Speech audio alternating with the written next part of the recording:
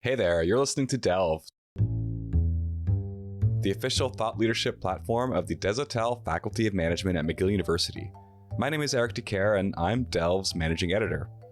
So today, we're going to ask ourselves, what can anarchism teach us about how we run our institutions?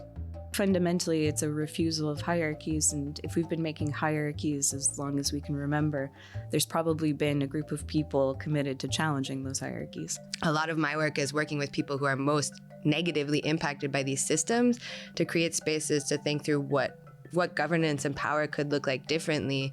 So that was Hannah Brais and Professor Jayne Malenfant, two researchers who wrote about how we can incorporate anarchist principles into our institutions, particularly those that support unhoused people. So now when you hear the word anarchism, you might think of broken windows and cars on fire, but that's not exactly what we're talking about here. Instead, we're talking about anarchism as a political philosophy, as a way of structuring our institutions to better serve people. So Hannah is a PhD candidate here at McGill University, and she's a research coordinator at the Old Brewery Mission, Montreal's largest organization supporting unhoused people. And Jayne is an assistant professor of education, also here at McGill University. My editor-in-chief, Professor Saku Mantere, caught up with Jayne and Hannah to talk about what anarchism is, how Elon Musk is decidedly not an anarchist, and how anarchism can help us reimagine the way we structure our society. And don't worry, it doesn't involve burning everything down, at least not yet. So put on your favorite punk t-shirt, grab a drink, and let's delve into the world of anarchism with Professor Saku Mantere, Professor Jayne Malenfant, and Hannah Brais. So welcome to the Delve podcast. My name is Saku Mantere. I'm professor at the Desautels Faculty of Management. And today I have the special privilege of speaking to two colleagues. We have Professor Jayne Malenfant from the Faculty of Education here at McGill, and Hannah Brais, who's research coordinator at Old Brewery Mission here in Montreal, and also a PhD student. Yes. So welcome to the Delve podcast. Thank you.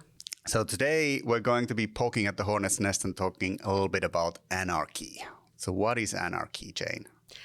I think I always answer this question by saying there's no one way to define anarchy. Anarchy can be a lot of things, and I think that's on purpose. So there's not really a prescriptive way of thinking about anarchy, but broadly, when we work with anarchism as a concept, there are some key values or ethics. So the first being that anarchy is against, or a philosophy, an action against unjust power hierarchies. So against any kind of power over. Most people, when you think of anarchy, think of being against the state as one example of an unjust power hierarchy that we might encounter in our lives. Other than that, anarchy is something that uses what we can call prefigurative politics. So the ways that we can imagine creating the world we want to see today as we go, that the means that we're using are actually the ends that we want to see. Methodologically, philosophically. And then as we talk about anarchy, we look at forms of anarchy that also are grounded in mutual aid and ideas of solidarity, so that the survival of each of us is linked to the survival of all of us. Yeah. I also don't think that, this is the way we think about anarchy. And you mentioned unjust power hierarchies, and that's kind of like the binding thing. But I think for some people, it's not even necessarily a question of unjust. Some people just look at hierarchies, and hierarchies are subjective. And so I think there are even some forms of anarchism that perpetuate unjust hierarchies. But we can talk more about this.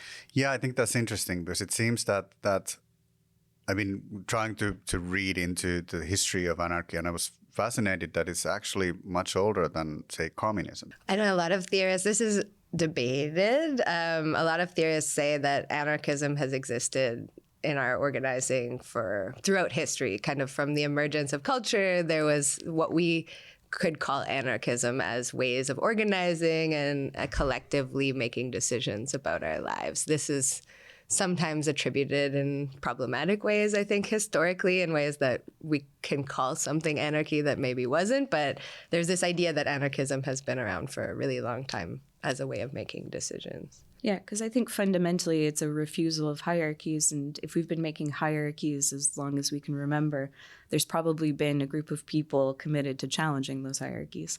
Yeah, so I think there's like two different reasons why Eric and I, when we were planning this episode with anarchism, is so timely. On the one hand, I guess you just open the paper in the morning and you see a lot of what looks like anarchy now. So the rule-based system is breaking down.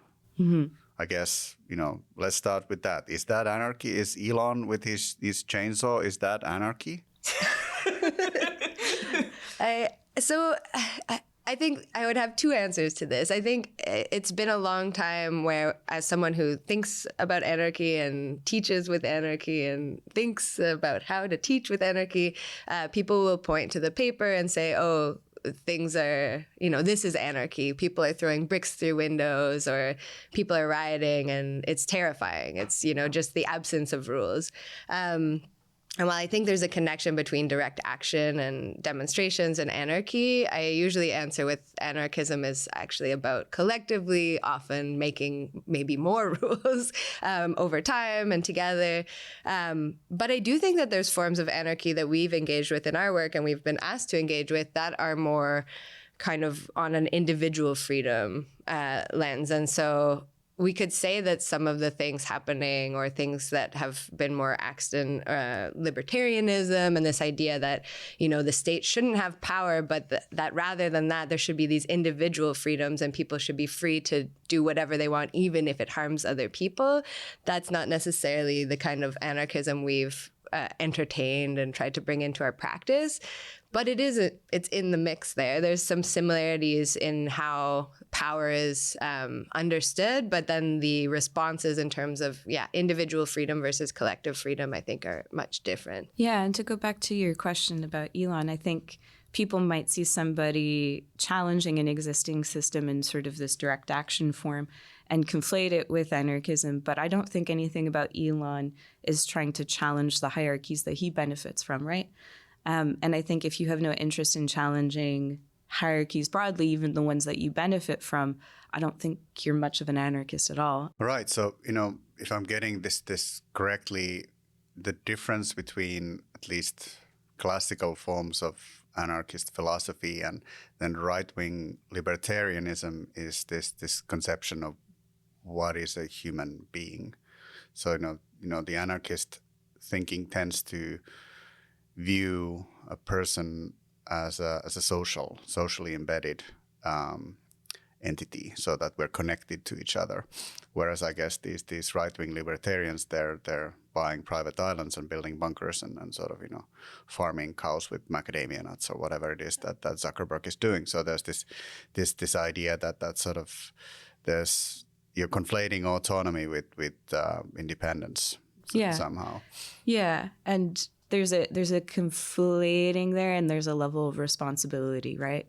And I think anarchism purely comes with a lot of responsibility. And what I was going to say is on the nature of hierarchies, it's not just about humans too, right? I think anarchism in a lot of ways is also engaging with the non-human and hierarchies of non-humans. And that depends on the anarchist. There are a lot of anarchists who see the dynamic between humans and animals in ways that they problematize. There's a lot of vegan anarchists out there because that hierarchy exists as well when we're thinking about indigenous models of knowing. There's also a consideration of our relationship to other non-human forms such as land, such as the earth. And there are ways of thinking about what our hierarchy is in relation to those other things. That's another pathway that anarchism can go down. And I think that's a far cry from, this sort of right-wing individualist ideology. So there's this post-humanist idea that the category of human is actually a pretty tainted one in a sense that even though Beethoven was a great he was capable of great expression of the human condition, but the human condition is typically attributed to white guys, that Certainly. tend to be pretty rich and their pain and anxiety. Certainly. So, humanity in a sense is a pretty toxic category. Yeah. I mean, humanity, I think there are things to celebrate. But I think there are limitations to it. Well, and I would say, I think there are these kinds of philosophical streams too, one being couched in this Enlightenment liberal and moving into libertarian thinking of what a human is. And on the other side of it, I think there is a lot of learning around human nature and reflecting on that, and that this idea that we are kind of communal, we can depend on each other. And again, this notion of solidarity says there's something inherent about us that lends us to community building, and that we aren't always in competition with each other. And so I think philosophically, it's a question of human nature, and then putting that nature into practice in different ways, borrowing from sometimes, indigenous ways of knowing, but also ways of actually seeing humans as inherently good, as a hopeful piece of anarchist practice. Yeah, Jayne's very good at the hopeful. I sense a little bit of a tension here between. Not at all. No, I think, Jayne, you're very good at dabbling in what you call the radical imaginary. And I love that about it. And there's no criticism. I aspire to more of that because I think in our line of work, it can be really challenging. Arguably, one of the reasons why we're seeing what we're seeing in the paper in the morning is that the institutions that we built, they're old.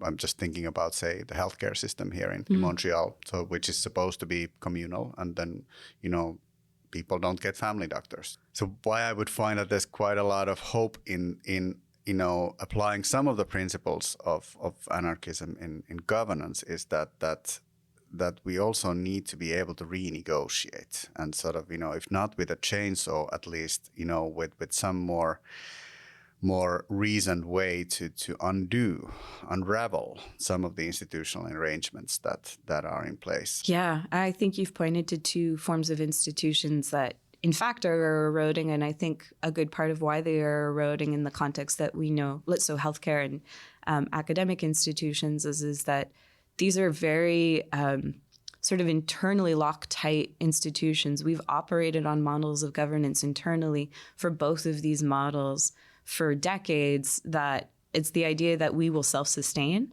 And I think there's a lot of how the institution is eroding is that we don't look externally very much. McGill, I will say, being a pretty chief example of this is how we do things at McGill. We're not necessarily going to turn our gaze outward and think about how these structures can be developed, modeling things from other institutions.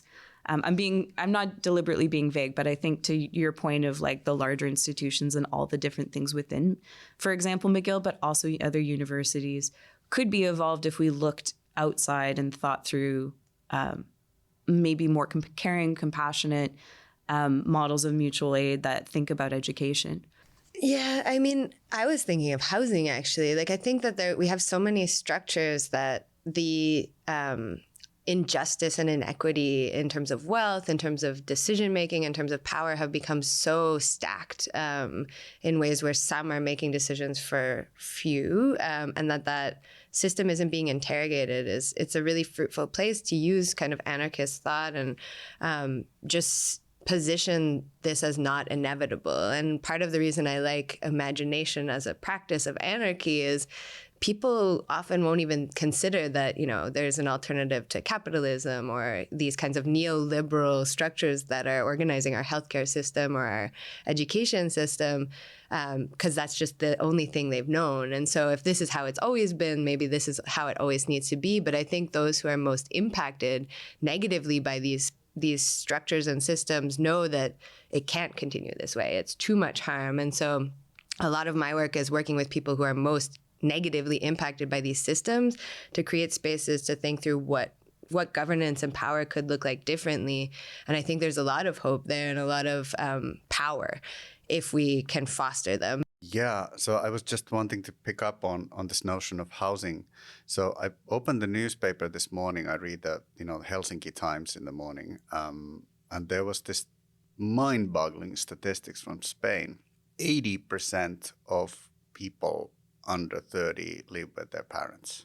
80%, so 4/5 of the population. I was in Oslo, Norway last year. I think Norway is probably the richest country in the world, among them at least. They have same kind of problem, that young people feel like they can't buy a house anymore. So what is that? Hold my bag.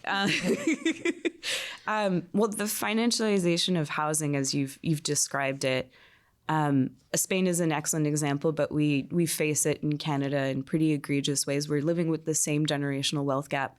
And you put your finger right on it. It's that we have built a housing system that's exclusively based on assets. And I think one productive way of thinking through how we could resolve parts of that using an anarchist model is if we thought about, well, why, like what narrative have we built for people around their housing that their housing has to be their nest egg? And I think one part of it is that we're not taking care of people as they age. Most of the way we think about aging, at least in this part of the world, it's cautionary tales. It's tales of caregiving homes where the care is not adequate. It's people not having people to take care of them as they get older.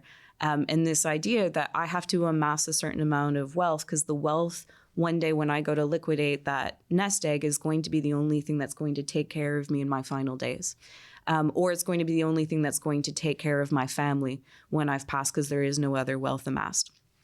And I think where we can look at that problem from an anarchist lens is, okay, well, how do we think about telling people you're going to be taken care of regardless of whether or not you have a nest egg or not? How many people would not put themselves in huge amounts of debt to buy a house that they probably can't afford? How many life decisions would they make differently if they didn't feel like they had to own their home as this major asset in their life that ultimately is going to be the thing that cares for them in their old age? Because it speaks to something fundamental, right? Like people are afraid of how they're going to die, not just dying, but like how they're going to die.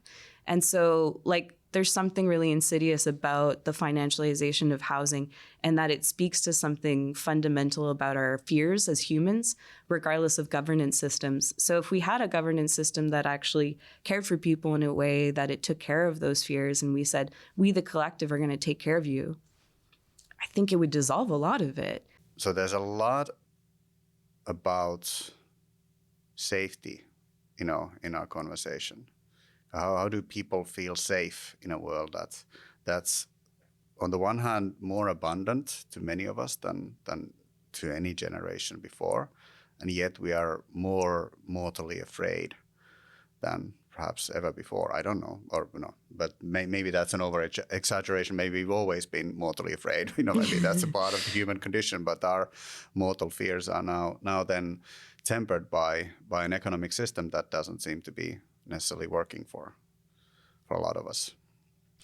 Yeah, I think fear is something that I've been thinking about in terms of housing, in terms of public space too. I mean, here in Montreal, we have increased policing in our public transit system because people who are visibly unhoused are there and other people are posing it as a safety concern. But I think also this idea of the housing spectrum being, people kind of clinging on to whatever they can because they have a fear of seeing people who are visibly homeless. And it creates, a huge amount of fear.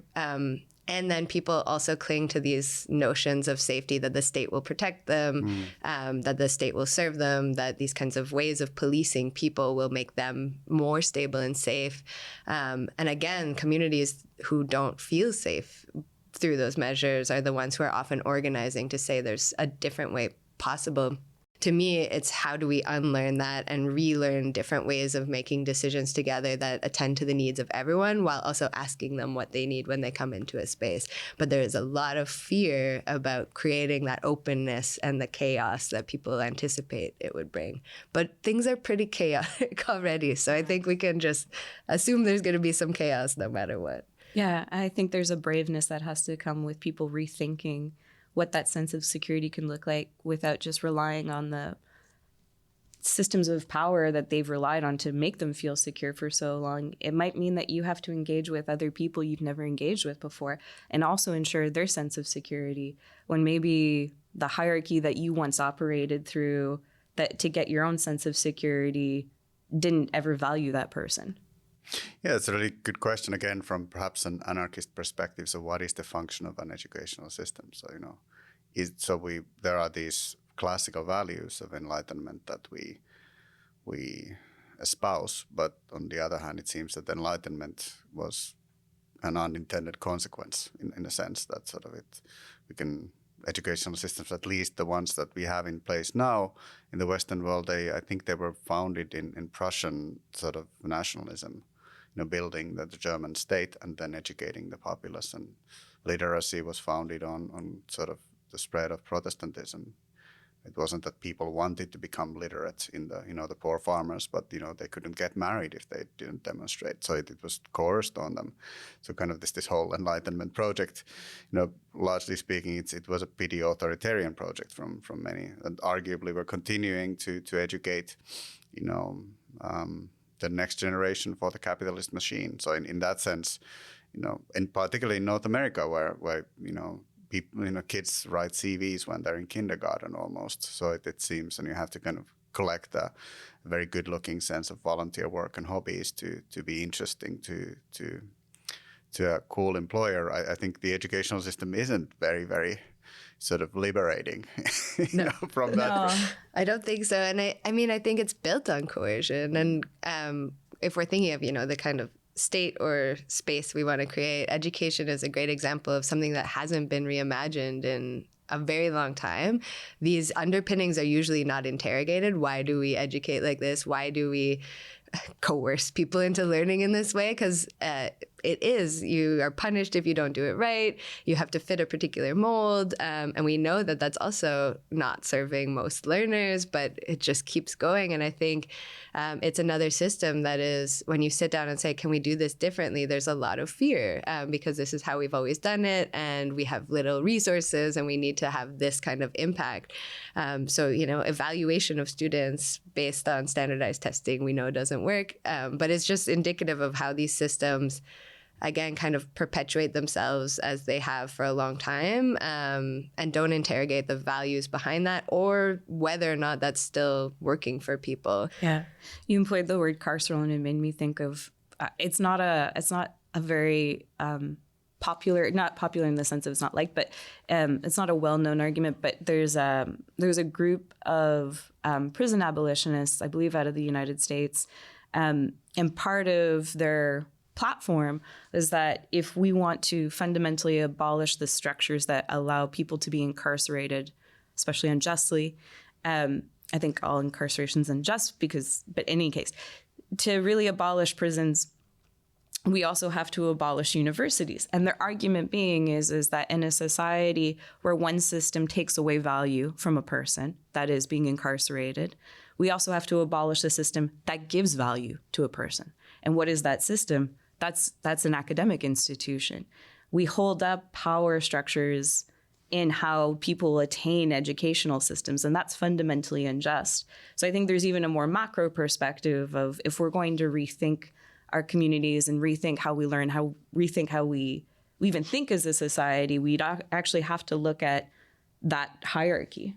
Here we are at McGill talking about sort of let's take a hammer to our own institution. They let us in. That's on them. Yeah. So the final topic that I'd like to talk about is it's related to what you said earlier, Jayne, about you like imagination as a practice for anarchist thought. That makes me think of how could some of these ideas a little bit more palatable for sort of anxious, fearful, human beings. So, and it seems to me that there's something in this type of thinking that could actually have a space for joy as well. Our life is very joyless, I think. Capitalism is very, very joyless in a way. So it's about sort of, warding off death for us as long as you can, and, consuming once in a while, sort of splurging a little bit, and then sort of, again, being worried about that mortgage and the roof leaking or whatever. But is there a way of seeing anarchism as a joyful philosophy? Yeah, I think so. I think actually necessarily so. I think that we work in housing and homelessness, and there's so much death and grief, and it can be really difficult. And part of the issue, I think, of organizing spaces differently that I see is that people are exhausted and miserable and hurt, and it's very difficult to collectively organize when everyone is working from that place. So I think creating spaces where people can rest and feel joyful, I think there's a lot of anarchist thought around how do we do that, and how do we do that collectively, how do we build collective care into things as kind of a baseline to work from. And that's actually something that I can get people on board with a lot more often. If I say, okay, like, let's smash the state, that seems maybe too big and impossible and perhaps unwanted. But to say in a space, okay, can we just sit and maybe see what people need? Can we stop and reflect on the work we're doing and make some decisions together about what that could look like moving forward? That's a first step that people can get into, because they often resonate with the fact that we are kind of miserable, and we need more space to connect and find joy. And so I think joy is actually a tool for fostering spaces where people feel they can make decisions together and work together. And I think you can think about governance at many levels of your life. It doesn't have to be these big institutional structures. I think good anarchism can be joyful, and it can start in the smallest scales of governance. Like, I have a young child, and there are so many hierarchies built into the way that we think about parenting, and dismantling some of those hierarchies and parenting with him, not at him, is joyous. It's so much fun. And it's so much fun thinking through gender in a different way. It's so much fun thinking through authority in a different way with him that is not chaotic necessarily. It's loving. And I think sometimes, like, when we think through these spaces differently, if somebody needs to have their imagination tickled, think about, like, the best potlucks you've ever been to. Like, that's anarchy. That's like when we all get together on our own means, on our own terms, in a way that's for each other. I think there are ways to think about different levels of governance in our life that takes that form, and it's fun. It's good. We walk away, we've all eaten enough. Okay, I think that's a beautiful way for us to conclude in a perfect potluck. So Jayne and Hannah, thank you so much for joining us. Thanks for having us. Yeah, thank you so much. All right, and that's the show. A special thank you to Hannah Brais and Professor Jayne Malenfant for joining us from the Faculty of Education. So I'll leave a link in the show notes to their paper about anarchism and housing, if you want a more in-depth look at what anarchism can look like in an already established system. So Delve is the official thought leadership platform of the Desautels Faculty of Management at McGill University. If you liked this episode, go back and check out our other interviews. We've had a lot of great, stimulating, and challenging conversations, and they're all very much worth your time. So Professor Saku Mantere hosted today's episode. He's also our editor-in-chief and produced all the original music. My name is Eric DeCare. I'm Delve's managing editor, and I produced and edited this episode. So thank you so much for listening, and we'll catch you next time.